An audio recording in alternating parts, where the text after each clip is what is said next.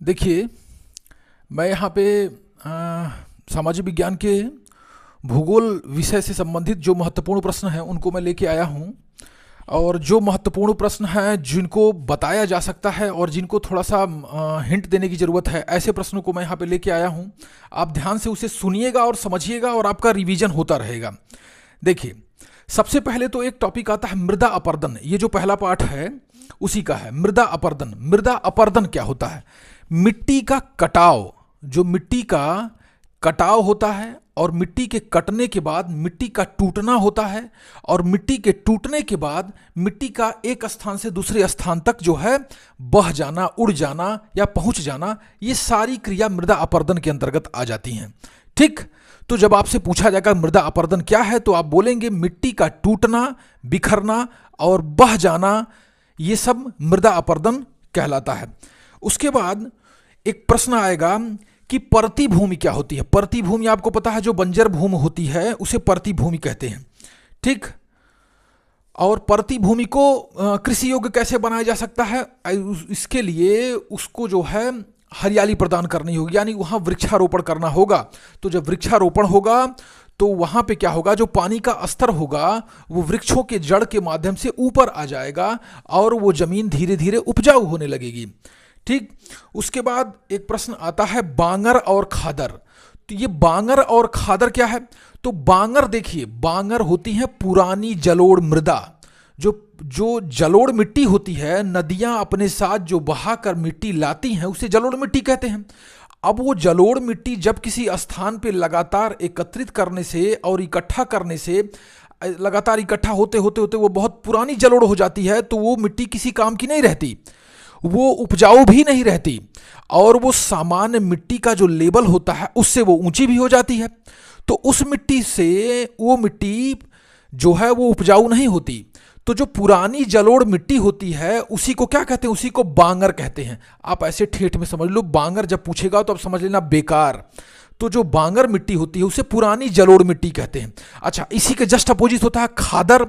खादर मिट्टी ऐसी मिट्टी होती है जिसे नदियों के द्वारा बहा के लाया गया होता है, और वो नवीन जलोढ़ मिट्टी होती है। इन मिट्टियों का निर्माण जो है बहुत प्राचीन समय से नहीं होता है, ये अभी हाल ही में बाढ़ के समय में या नवीनतम रूप से इन मिट्टियों का निर्माण होता है। तो जो नवीन जलोढ़ मिट्टी होती है उसे खादर कहते हैं, और जो पुरानी जलोढ़ मिट्टी होती है उसे बांगर कहते हैं। ठीक, बांगर जो जलोढ़ मिट्टी होती है ये अनुपजाऊ होती है, और जो नवीन जलोढ़ मिट्टी होती है ये बहुत ही उपजाऊ होती है।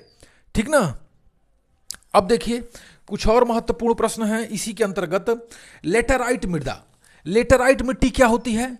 लेटेराइट मिट्टी, देखिए, लेटेराइट मिट्टी ऐसी मिट्टी होती है जब किसी मिट्टी पे लगातार मिट्टी की परत का आवरण बिछता जाता है, तो उस मिट्टी पे जो है, उस मिट्टी पे मोटी परत आ जाती है। और वो जो मोटी परत किस प्रकार की रहती है?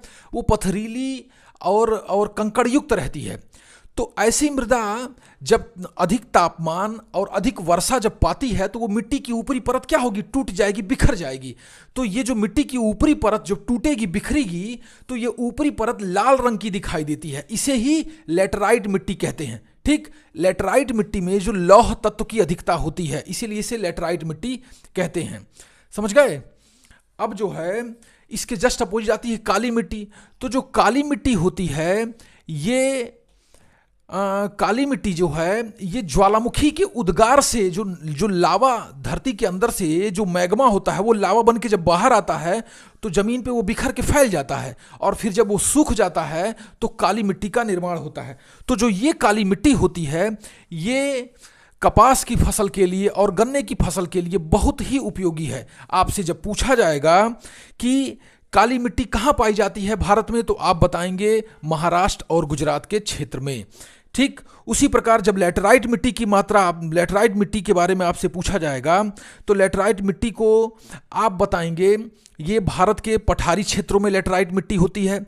मेघालय के क्षेत्र में जो भी पठारी क्षेत्र हैं और जहाँ पे मैदानी और पठारी क्षेत्रों का मिलन होता है, ऐसे जो भूभाग हैं वहाँ पे लेटेराइट मिट्टी अधिकांश भाग में पाई जाती है। और उसके बाद काली मिट्टी को आपको बता ही दिया किस प्रकार की परिस्थिति में ये पैदा होती है। अच्छा, दूसरी चीज क्या है कि आपसे जब पूछा जाता है कि जो है भारत में जो जूट की कृषि है, भारत में जो जूट की खेती है वो सर्वाधिक कहाँ की जाती है, भारत में जूट का उत्पादन सर्वाधिक कहाँ होता है, तो आप बताएंगे पश्चिम बंगाल में। ठीक, पश्चिम बंगाल में। आज़ादी से पहले जो पूर्वी बंगाल और पश्चिमी बंगाल था, ये सब मिल के पूरे दुनिया का 90% जूट का उत्पादन करता था। और जो ज़्यादातर जूट के कल कारखाने थे वो नदियों के किनारे ही स्थित थे। तो जब बंटवारा हुआ बांग्लादेश और भारत का, तो बांग्लादेश में ही सारे के सारे जूट के कल कारखाने और उत्पादन क्षेत्र चले गए। उसके बावजूद भी भारत जो है बड़े पैमाने पर जूट का उत्पादन और निर्यात करता है। किस राज्य से? पश्चिम बंगाल राज्य से। इसमें जो है, और हाँ, जलोढ़ मिट्टी के बारे में आप जानेंगे। ये नदियों के द्वारा बहा कर लाई हुई उपजाऊ मिट्टी को जलोढ़ मिट्टी कहते हैं। एक लाइन में आप इसका उत्तर देंगे। उसके बाद एक प्रश्न आता है पृथ्वी सम्मेलन। पृथ्वी सम्मेलन कब हुआ था? ये 1992 में हुआ था। ठीक, पर्यावरण को संरक्षण देने के लिए, पर्यावरण को संरक्षण और सुरक्षा देने के लिए, ठीक, पर्यावरण को संरक्षण और सुरक्षा देने के लिए पृथ्वी सम्मेलन का आयोजन कब किया गया था? 1992 में किया गया था। ठीक, और इसमें सभी लोगों ने मिलके एक समझौता पे तैयार किया, जिस समझौते को कहा गया एजेंडा 21। पृथ्वी सम्मेलन में ही जो भी नेता इकट्ठा हुए थे उन सब ने मिलके एक पेपर पे सिग्नेचर किया जिसे कहा गया एजेंडा 21। ठीक ना, एजेंडा 21। तो आपसे ये भी पूछा जाएगा कि कहाँ सिग्नेचर किया गया है, तो आप बताएंगे पृथ्वी सम्मेलन में। तो इस प्रकार से ये एक महत्वपूर्ण चीज थी जो मैंने आपको बताया। अच्छा, ये पृथ्वी सम्मेलन हुआ कहाँ था? ये 1992 में हुआ था। और किस देश में हुआ था? ब्राजील देश में हुआ था। ब्राजील देश की जो राजधानी है ब्राजीलिया, उसी के अलावा एक और प्रमुख शहर है जिसे बोलते हैं रियो डी जेनेरियो। तो रियो डी जेनेरियो, उसे रियो सिटी भी कहते हैं, वहीं पे ये पृथ्वी सम्मेलन हुआ था। कब हुआ था? 1992 में भइल रहल। सबसे बढ़िया गन्ना ब्राजील में होता है। जब अंतर्राष्ट्रीय स्तर का कुछ प्रश्न पूछे तो आप बोलेंगे सबसे बढ़िया किस्म का गन्ना उत्पादन जो है ब्राजील में होता है, क्योंकि वहाँ पे काली मिट्टी का विस्तार वहाँ पे भी बहुत ज़्यादा है। और वहाँ के जो गन्ने हैं वो बड़े मोटे मोटे और बहुत रसदार होते हैं। ठीक, और उसके बगल में ही उत्तर में ही एक छोटा सा देश है जिसे बोलते हैं क्यूबा बोलते हैं। तो द्वीप वाला देश है वो। क्या, उसे चीनी का कटोरा बोलते हैं। वहां पे बहुत सारे ज्वालामुखी हैं जिनके उद्गार से काली मिट्टी का निर्माण हुआ और गन्ने की खेती खूब होती है। तो वहां पे चीनी का उत्पादन बहुत ज्यादा होता है, जिसलिए क्यूबा को चीनी का कटोरा बोलते हैं। ठीक, बहुत ज्यादा समझाने और बतियाने का टाइम नहीं है, आपको जल्दी जल्दी जो बता दे रहे हैं आप उसे तैयार कर लीजिएगा।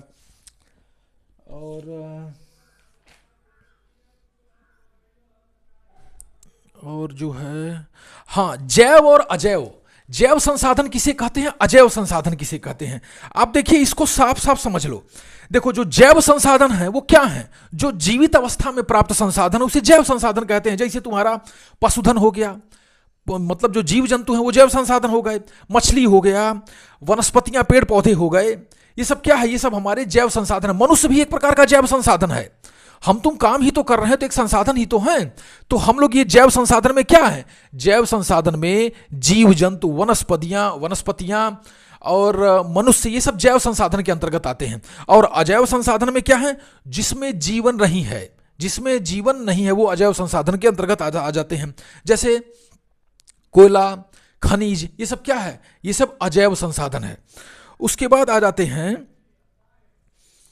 अब इस पाठ में कुछ खास महत्वपूर्ण नहीं है। अच्छा, भूक्षरण।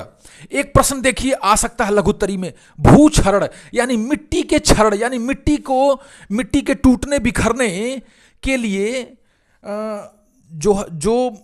जो ऐसे भूक्षरण यानी मिट्टी को टूटने और बिखरने से रोकने के लिए जो प्रमुख उपाय हैं उनको आप जान लीजिए। देखिए, एक होता है कि आप पेड़ लगा सकते हैं। जब पेड़ लगाओगे तो पेड़ क्या होंगी? पेड़ की जड़ें जो होती हैं मिट्टी को पकड़े रहती हैं, उसे बिखरने नहीं देंगी। तो भूक्षरण को रोकने के उपाय में आप लिखेंगे वृक्ष लगाना। दूसरा आप लिखेंगे घास उगाना, यानी उसको हरित क्षेत्र बनाना। आप उसको हरित क्षेत्र बनाएंगे तो मिट्टी क्या होगी? मिट्टी को वो पौधे जकड़े रहते हैं, उसके बाद क्या होगा, सीढ़ी नुमा खेत बनाना। पर्वतीय क्षेत्र जो होते हैं वो चूंकि ढाल पे स्थित होते हैं, तो वहां पे जो सीढ़ीदार खेत रहेंगे तो उनको मेड़बंदी कर दी जाती है किनारे किनारे, तो जिससे जो पानी जब बरसता है तो सीढ़ीदार जगहों से या ऊंचाई वाले स्थलों से तो पानी तेजी से नीचे बहेगा। तो पानी तेजी से नीचे तो बहेगा लेकिन मिट्टी भी अपने साथ लेके बहता है, तो ऐसे में क्या करेगा, वो मिट्टी को नीचे नहीं ले जा पाएगा, मिट्टी उसी खेत में ही रहेगी अगर जो मेड़बंदी हुई रहेगी। तो सीढ़ीनुमा खेत बनाना है। उसके बाद क्या होगा, समोच्च जुताई करना, यानी अगर जो हम खेत को जुताई कर रहे हैं तो ऐसा नहीं कि ऊबड़ खाबड़ टेढ़ा मेढ़ा कहीं जोतते हैं, खेत को एकदम बराबर करके उसकी जुताई करना है। ठीक, तो ये क्या है, आप 4 उपाय जान लीजिए, वृक्ष लगाना, घास लगाना, सीढ़ीनुमा जो है खेती करना, और उसके बाद एकदम बराबर से जुताई करना, समोच्च जुताई करना। ये क्या है, ये भूक्षरण को रोकने के उपाय हैं। उसके बाद अब हम नेक्स्ट चैप्टर को देखते हैं। नेक्स्ट चैप्टर को वन एवं वन्य जीव संसाधन। अब वन एवं वन्य जीव संसाधन में देखिए, वन एवं वन्य जीव संसाधन जब हम पढ़ेंगे तो इसमें आता है टाइगर रिजर्व, टाइगर रिजर्व, ठीक ना, बाघ अभ्यारण्य। तो देखिए, बाघ अभ्यारण्य एक ऐसा संरक्षित क्षेत्र होता है जिसमें बाघों को संरक्षण प्रदान किया जाता है, बाघों को संरक्षण प्रदान किया जाता है। इसके अंतर्गत एक प्रश्न आपसे पूछा जा सकता है कि सुंदरवन बाघ अभ्यारण्य कहां है, तो आप बताएंगे पश्चिम बंगाल में है, पश्चिम बंगाल में है। ठीक, Jim Corbett tiger national park ये कहां है, ये उत्तराखंड में है। ये सब महत्वपूर्ण बाघ अभ्यारण्य हैं। आप कुछ बाघ अभ्यारण्यों को देख के जाइएगा। फिलहाल मैं कुछ महत्वपूर्ण प्रश्न आपको बता दूं। ठीक, Buxa tiger reserve, Buxa tiger reserve ये पश्चिम बंगाल में है, बुक्सा टाइगर रिजर्व ये पश्चिम बंगाल में है। ये भी नाम आप लोग याद रख लीजिएगा, पूछा जा सकता है आप लोग की परीक्षा में। उसके बाद देखिए, चिपको आंदोलन एक पूछता है। चिपको आंदोलन जो है ये उत्तराखंड में चलाया गया एक आंदोलन था जिसे सुंदरलाल बहुगुणा ने इस आंदोलन का नेतृत्व किया गया था, जिसमें उत्तराखंड में विकास के कार्य के लिए वृक्षों की कटाई का जो कार्य किया जा रहा था उसको इस आंदोलन के माध्यम से रोक दिया गया। और यहां पे इन लोगों ने पेड़ों से चिपक के पेड़ों की रक्षा की, जिसलिए इस आंदोलन का नाम पड़ा चिपको आंदोलन। इसके नेता कौन थे, सुंदरलाल बहुगुणा। ठीक, और इसमें क्या महत्वपूर्ण है, देखिए एक प्रश्न आता है पारिस्थितिकी तंत्र, इकोसिस्टम। पारिस्थितिकी तंत्र क्या है, पारिस्थितिकी तंत्र किसे बोलते हैं। देखो, जो तुम्हारी किताब की भाषा है वो थोड़ा सा समझोगे तो गड़बड़ा जाएगा। एक ऐसा क्षेत्र, पारिस्थितिकी तंत्र का मतलब ऐसा होता है एक ऐसा क्षेत्र जिसमें जीव जंतु, पशु पक्षी, मनुष्य, वनस्पतियां सभी एक दूसरे के साथ संतुलन बना के रहते हैं, ऐसे क्षेत्र को पारिस्थितिकी तंत्र कहते हैं। दैट्स ऑल, इतना ही है, समझ गए।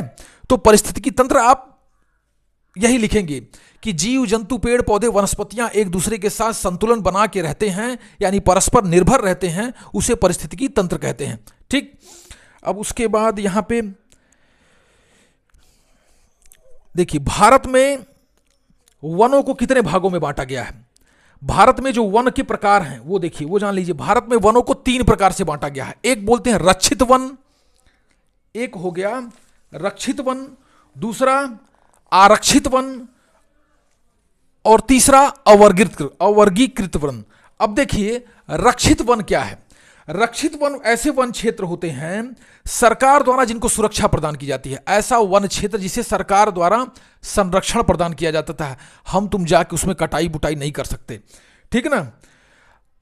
हम आप जाके उसमें वनों का दोहन नहीं कर सकते, वो सरकार की तरफ से संरक्षित होते हैं। ऐसे वनों को संरक्षित वन कहते हैं। ऐसे वन जिनको सरकार के द्वारा संरक्षण प्रदान किया गया है उसे संरक्षित वन कहते हैं। दूसरापन आ जाता है जब आरक्षित वन कहते हैं। अब आरक्षित वन होते हैं सरकार के द्वारा पूर्ण रूप से संरक्षित होते हैं, यानी एकदम सरकार के कंट्रोल में ये होते हैं, सिर्फ इनको सुरक्षा नहीं प्रदान की जाती, ये पूरी तरीके से सरकार के अंतर्गत ही आते हैं। ठीक, यहां पे किसी का आना जाना पूरी तरीके से प्रतिबंधित है। कौन आ जा सकता है, जो वन में निवास करने वाले आदिवासी होते हैं, वन क्षेत्रों में रहने वाले लोग होते हैं, वही इस वन में जा सकते हैं, बाकी किसी को इस वन में जाने की आज्ञा नहीं होती है। तो ये क्या है, ये आरक्षित वन है। संरक्षित वन जिसको सरकार संरक्षित की रहती है, वहां पे सामान्य गतिविधियां थोड़ा बहुत हो सकती हैं, लेकिन आरक्षित वन जिसे सरकार पूरी तरीके से संरक्षण प्रदान करती है और वहां पे किसी प्रकार की मानवीय गतिविधि नहीं होती है, सिवाय उनके जो वन क्षेत्रों में रहने वाले आदिवासी लोग होते हैं। ठीक, अब आ जाता है तीसरा, अवर्गीकृत वन।